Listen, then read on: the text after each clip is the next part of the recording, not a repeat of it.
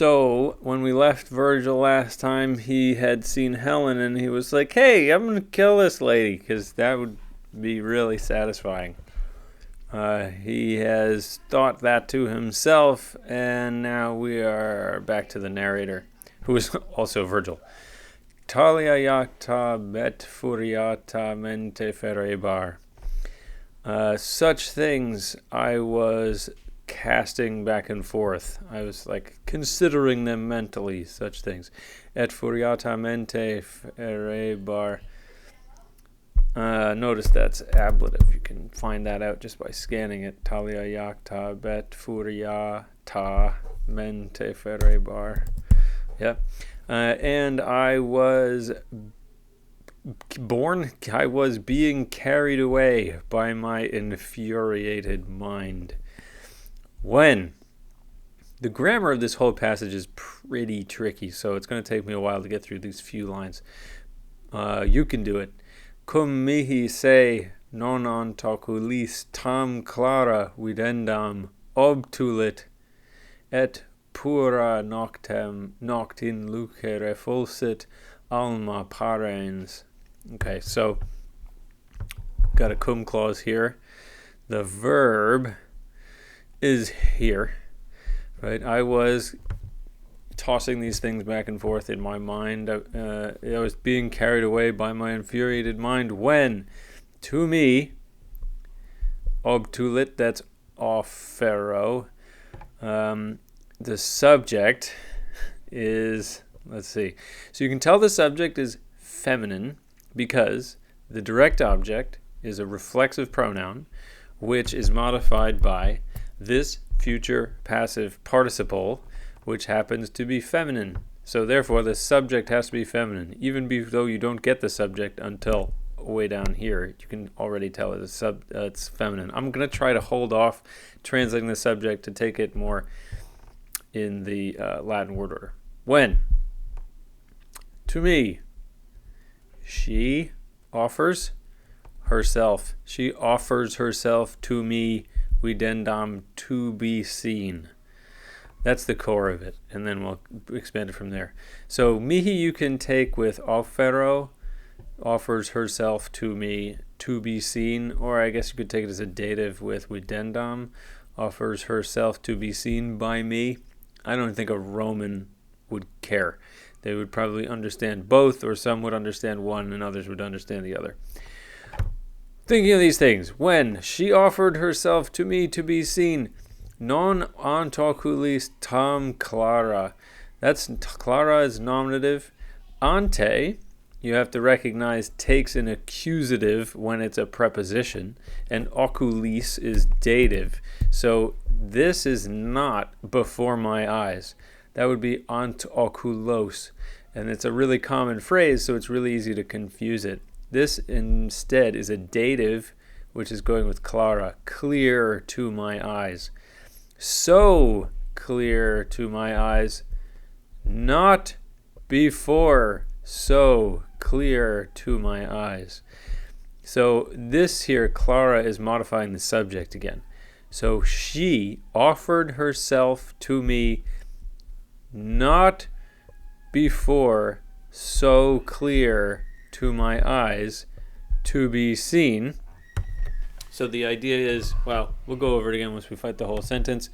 Et pura, that's ablative. You can tell by, if you just scan it, obtulit et pura per noctin luce refulsit, and in the pure light, through the night, she doth gleam. Let me see, full C. She gleamed.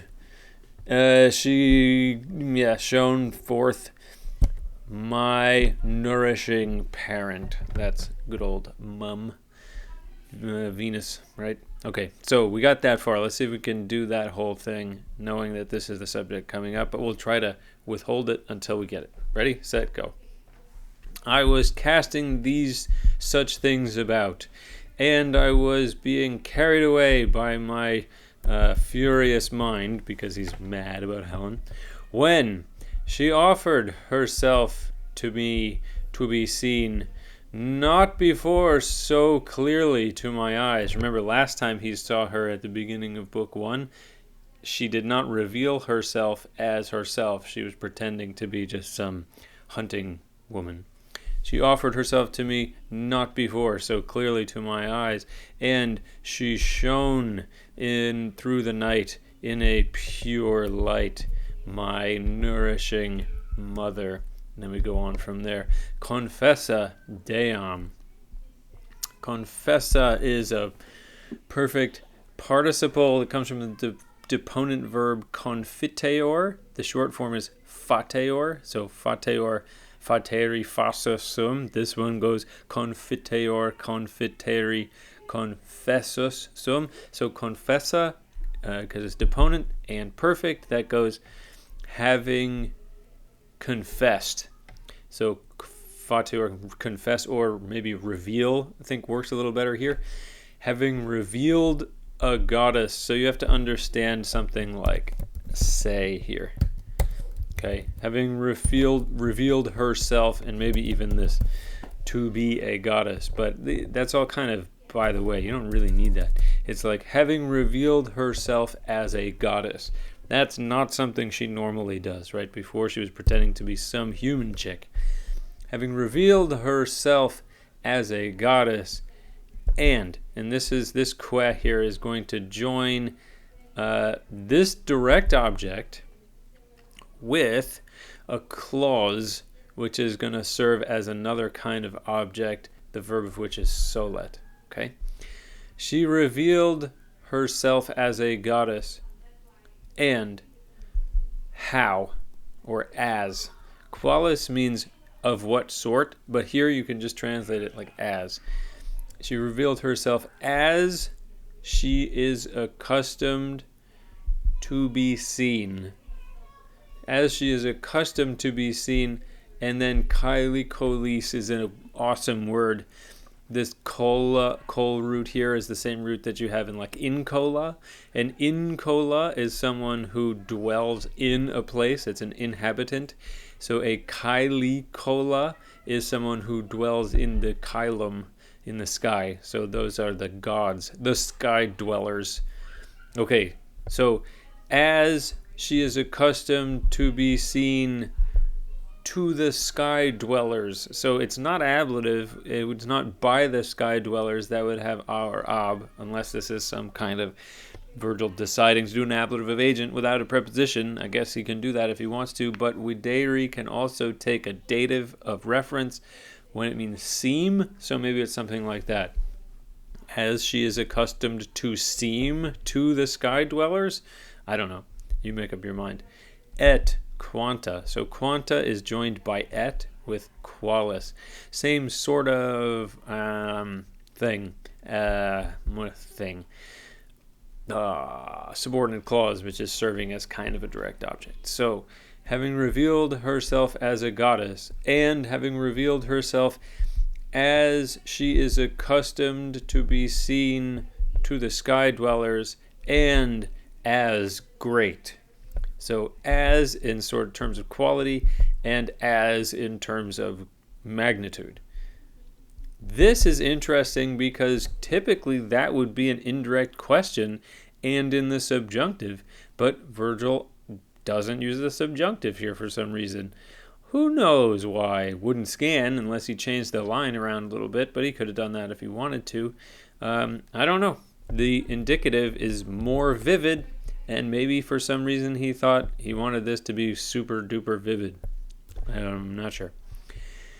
Dextraque prehensum continuit, roseo quoic in super addidit ore. Okay. And continuit. So this is a new independent clause. So this que here is joining continuit and refulsit and obtulit. Okay, so she offered herself to me and shone. You could make a case that this is confessa est, and without a preposition, without a conjunction there, so that would be a syndeton. I don't know. I'm happy with it as a participle. This et is joining the two subordinate clauses, and then you get this que, which continues the main clause. And she grabbed. No, and she held back. Held back who? Held me back. So imagine that there's like may. So that would go like here. And held me back. Me. You can tell that there's the me because of prehensum. Prehensum is a perfect passive participle from prehendo. We might know it better as apprehendo, meaning to apprehend, to grab, to seize, something like that. Prehensum is masculine accusative singular, so it's got to be agreeing with something that's masculine accusative singular. And what else is there except Aeneas, the direct object of this verb here? Dextra, that's ablative. Dextraque prehensum. So this is she held me back, me having been grabbed by my right hand. That is an ablative of touch. Yep, there's one of those. Roseo quae insut per addidit ore. And added the following things in addition from her rosy mouth. Quote. Do we need to do that whole thing again? Yeah, let's do it. Why not? Okay. It's a long and complicated sentence. See if we can do it all at once and take it as much as possible in the word order. I was tossing such things back and forth, the things I was just saying, and was being carried away by my furious mind when, to me, she revealed herself not before so clear before my eyes to be seen, and in a pure through the night light she shone forth, my kindly parent, having revealed herself as a goddess, and as she is accustomed to be seen by the sky dwellers, and as great, and me having been grabbed by the right hand, she held me back. And the following things in addition she added from her rosy mouth. Good job, everybody. Nate, that's her son, right? Nate quis indomitas tantus dolor excitat iras. Son, what pain so great excites your indomitable, unconquerable angers. I was trying to say indomitable, but I didn't succeed. Quid furis? Our text just has no question mark there, so we'll stick with that. Quid furis? Why are you raging? Or this could be taken as a direct object, accusative. At what are you raging?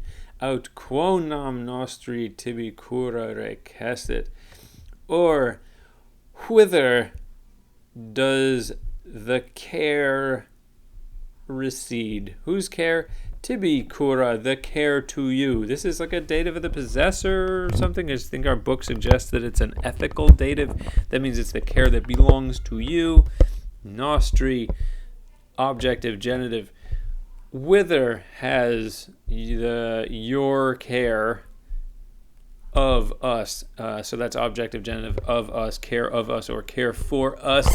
Why is it us and not me?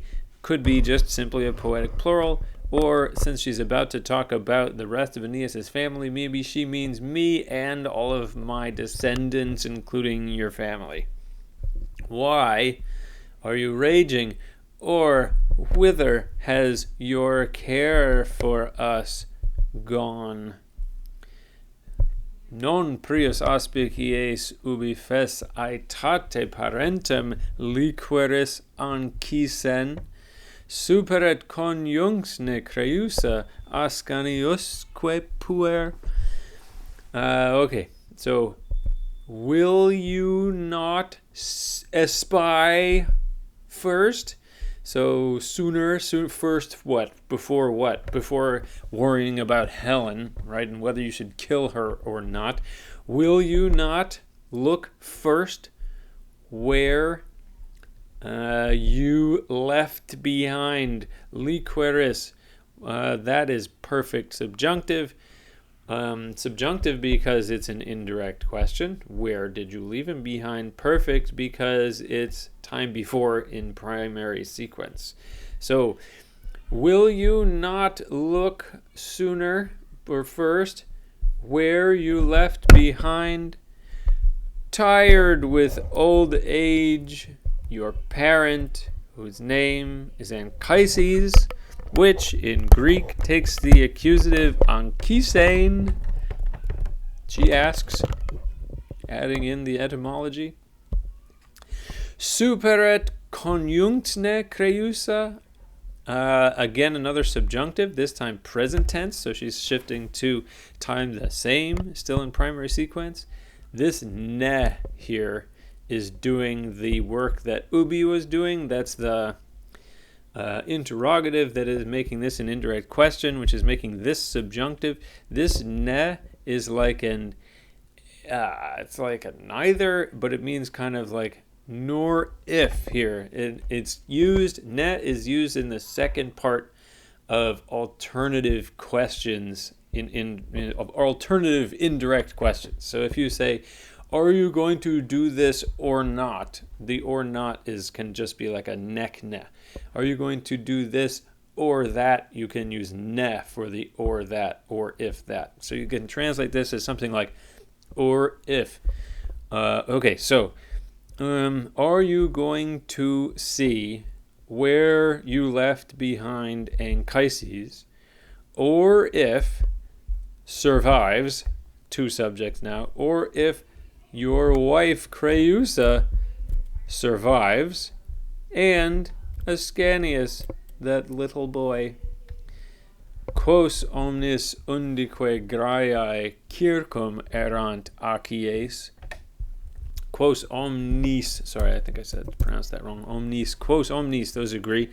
So, all of whom, Latin says whom all, we can translate all of whom, and we see that it's accusative, we'll figure that out in a second. All of whom, from all sides, the Greek battle lines are wandering around. So you could take circum erant as one word and have it mean something like surround. So all of whom the Greek battle lines are surrounding. All of whom, what's the antecedent here of quos? Ascanius, Creusa, Anchises. Okay. Or you could take them as object of circum, like circum quos omnis, and consider that this thing should just belong up there. That's another option. So, why aren't you thinking about those guys instead of trying to kill Helen? Around all of whom the Greek battle lines from all sides are wandering. So don't forget about those people too. Et ni mea cura resistat, iam flammae tulerent in... try that again. Iam flammae tulerent inimicus et hauserit ensis. Ensis. Sorry, that's nominative. Okay. And ni mea cura resistat, if my care, my thought for them, should not resist, should not keep them off, should not help them out. That's present subjunctive. We're in a condition now. Ni is the same as nisi. So unless my care should... I can't think of a word to translate resistat. Should continue to preserve them or something like that. You look it up and find a better translation. Present subjunctive, because this is a condition. What kind of condition does present subjunctive mean? It means future less vivid. Okay, so we're expecting something in the apodosis that's also future-y. And look what we get. Tulerant and hauserent. Yikes. That's scary. You are used to seeing future perfects in future conditions, but only in the protasis, not in the apodosis. So future perfect in the apodosis of a condition, I guess. the forms could also be perfect subjunctive, but that makes even less sense. So I think either Vergil has just kind of thrown the conditional rules out the window, or he's just thinking of this one clause as an aside. And that's probably what it is, right? He's probably just thinking, this will have happened if you ignore what you're doing now. So that is, if you continue doing what you're doing and worrying about Helen instead of going to find the rest of your family. Okay, this video is getting long. Hurrying now. They're wondering all about whom. And unless my care sustains them, already the flames will have taken them, and put the et over here, and the hostile sword will have drunk them. This is an interesting word. Look it up. It's like the sword is thirsty for their blood or something like that. Okay, that's a tough one. Watch out for the next video soon.